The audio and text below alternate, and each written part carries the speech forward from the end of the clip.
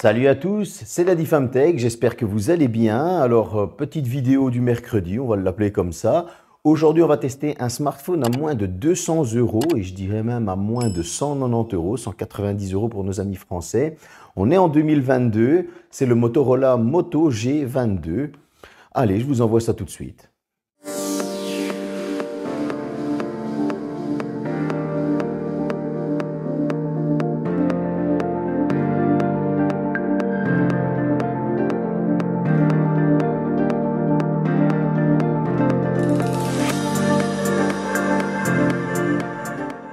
Smartphone entrée de gamme, on s'attendrait quand même à quelque chose bien de banal, et pourtant non.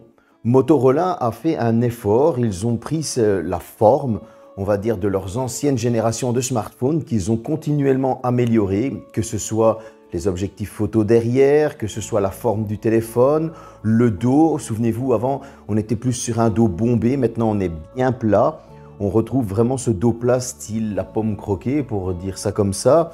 Et ils ont gardé une forme qui fait vraiment classique, qui tire un petit peu sur du haut de gamme, on a envie de dire ça comme ça. Donc ce design va vers du haut de gamme, alors qu'on est sur de l'entrée de gamme, et c'est quand même quelque chose de pas mal du tout. Sur la tranche gauche, on va retrouver le tiroir de carte SIM.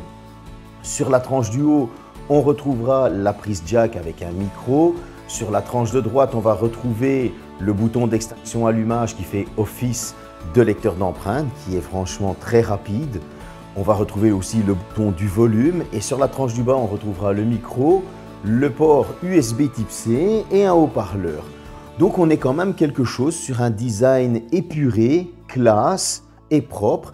Malheureusement, ce dos assez brillant qui donne si bien à l'œil, eh bien oui, il prend les traces de doigts. On va remarquer aussi que Motorola a retravaillé les objectifs photo. Il lui a donné une forme franchement beaucoup plus dans l'air du temps. Alors, ils avaient déjà leur style à eux, et ici, ils ont fait une belle amélioration qu'on ne retrouve pas justement ailleurs dans les autres marques. Ils ont pris leur propre style pour l'objectif photo. Donc honnêtement, pour le design, ça c'est un gros bravo.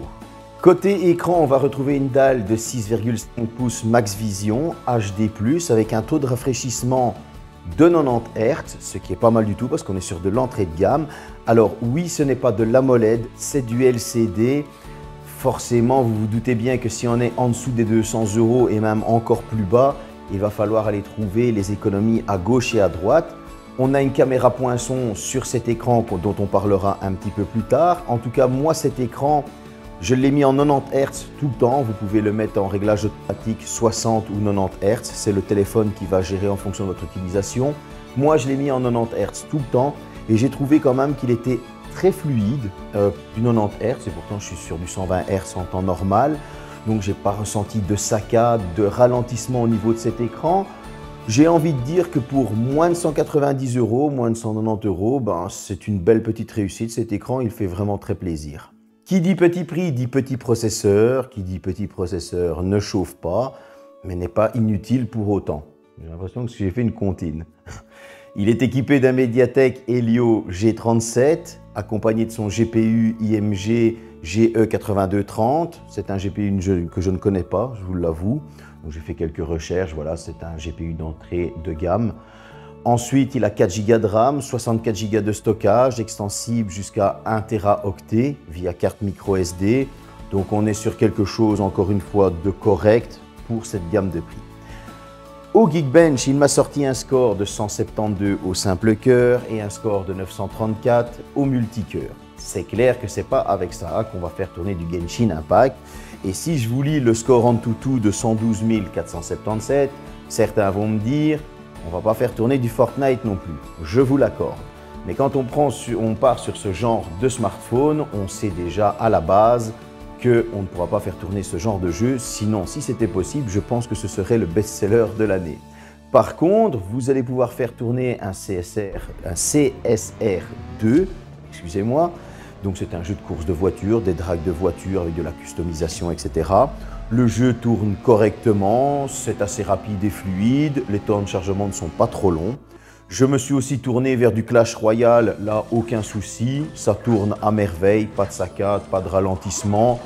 J'ai aussi joué à du Angry Birds, bon vous allez me dire c'est vieillissant, je sais, comme moi. Mais même si je ne vous ai pas mis les extraits du jeu, franchement le jeu tourne aussi correctement sur ce smartphone. Donc voilà, vous allez avoir un bon smartphone pour sur les réseaux sociaux, un bon petit smartphone pour aller sur internet, téléphoner, messages, mais également pour vous permettre d'avoir quelques petits jeux dans les files d'attente. Parlons un petit peu maintenant de la photo. Motorola a retravaillé le design des capteurs, mais a-t-il laissé le reste pour autant? À l'arrière, on va retrouver un premier capteur de 50 mégapixels, ouverture 1.8, 4 pixels en 1. Un deuxième capteur ultra grand angle 8 mégapixels, ouverture 2.2. Un troisième capteur de profondeur 2 mégapixels, ouverture 2.4. Un quatrième capteur 2 mégapixels, ouverture 2.4 macro. À l'avant, on va retrouver un capteur de 16 mégapixels, ouverture 2.45. Comme vous avez pu l'entendre, j'ai été assez étonné quand j'avais lu les specs, de voir qu'ils avaient quand même mis un capteur 50 mégapixels, 4 pixels en 1, sur un téléphone à moins de 200 €. Pour l'occasion, je vous envoie visiter la maison de Van Gogh. Alors, je n'ai pas pris beaucoup de photos, pour la simple et bonne raison que j'ai envie que vous découvriez cette maison de 1, parce que si j'avais pris toutes les photos au moindre détail, comme je fais souvent beaucoup plus de photos, vous n'auriez pas eu l'envie d'aller la visiter. Donc ici, on va se retrouver forcément avec les zooms, on va se retrouver avec le selfie et une mini visite de la maison pour vous donner une petite idée. En tout cas, moi, je vous mettrai tous les liens dans le descriptif. Je vous laisse regarder ça et ensuite, on partira sur l'autonomie.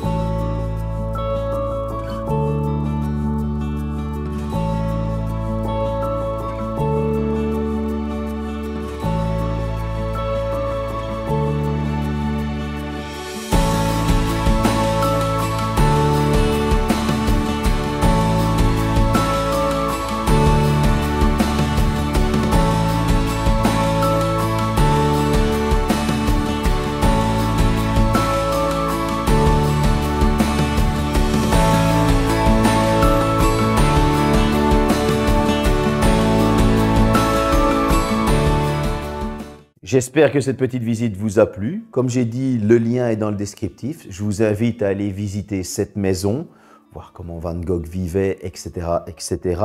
En tout cas, franchement, c'est une chouette petite balade qui va durer une petite heure et demie. Au niveau de l'autonomie, on va retrouver une batterie de 5000 mAh avec une charge rapide de 15 watts. Alors, vous allez me dire, qu'est-ce qu'il tient? Forcément, petit processeur dit moins gourmand, il ne chauffe pas. Et à mon grand étonnement, j'ai réussi à tenir en usage polyvalent 3 jours, ce qui est quand même pas mal du tout à l'heure actuelle. Alors, vous allez me dire, ouais, mais franchement, 3 jours, c'est normal, il ne bouffe pas d'énergie. Oui, forcément, je n'ai pas pu avoir une utilisation intensive en jeu vidéo comme j'ai parfois, mais j'ai eu mon utilisation intensive de réseaux sociaux et en utilisant ce téléphone au maximum avec les réseaux sociaux, répondre à Twitter, etc., etc., eh bien, j'ai quand même tenu 2 jours, ce qui est pas mal du tout. Donc, en usage, on va dire, polyvalent et où on se freine un usage normal en fait, parce que c'est l'usage de tout le monde, c'est pas le mien, c'est 3 jours. Et l'usage à la daddy, un power user, vous allez compter que vous tenez 2 jours. Ce qui est franchement très correct. Au niveau de la recharge, on est sur du 15 watts. Comptez que vous allez pouvoir recharger, téléphoner, comptez que vous allez pouvoir recharger ce téléphone en 1h30 plus ou moins. Voilà, c'est pas un foudre de guerre, mais au moins il a la particularité de tenir 3 jours, ce qui est franchement très correct. Ma conclusion, à un tarif qui quand même relève de concurrentiel, j'ai envie de dire, parce qu'on est à moins de 190 €. Alors vous allez me dire, ouais mais j'en ai trouvé un à 170 €, 170. Oui d'accord, mais il a quand même de très bonnes perfs pour cette gamme de prix. Il a un très bon appareil photo pour cette gamme de prix. Il a une très bonne autonomie pour cette gamme de prix. Et en plus de ça, il a cet usage polyvalent de tous les jours qui est accompli. Donc j'ai envie de dire qu'on est sur un écran correct, qui va faire son travail. Le seul petit défaut que j'ai remarqué, c'était quand je le mettais en automatique, il avait tendance à avoir du mal à switcher entre 60 et 90 Hz. C'est pour ça que je l'ai mis en 90 Hz complet. Alors, dans cette gamme de prix, forcément, vous allez avoir le menton qui est assez prononcé. C'est normal, on est dans une gamme de prix d'entrée. Donc, voilà. Maintenant, Motorola, on sent qu'ils ont envie de faire toujours plus fort. Nouveau design des capteurs, très bonne autonomie, comme je viens de dire. Donc, ils ont envie de toucher à tous les porte-monnaies pour pouvoir satisfaire tout le monde. Et ça, encore une fois, je trouve que c'est un gros bravo. La surcouche, j'ai envie de lui dire aussi bravo. Vous le savez, Motorola utilise une surcouche qui n'est pas exagérée. C'est presque de l'Android stock. Ils ont juste apporté quelques améliorations. Donc l'optimisation est au rendez-vous. C'est un bon petit téléphone pour celui qui n'a pas envie de se ruiner et qui a envie de faire des choses plus basiques. J'espère que cette vidéo vous a plu. En tout cas, merci. Vous êtes de plus en plus à vous abonner. N'hésitez pas à le faire, à me mettre un like pour cette vidéo, d'activer la petite cloche. À bientôt.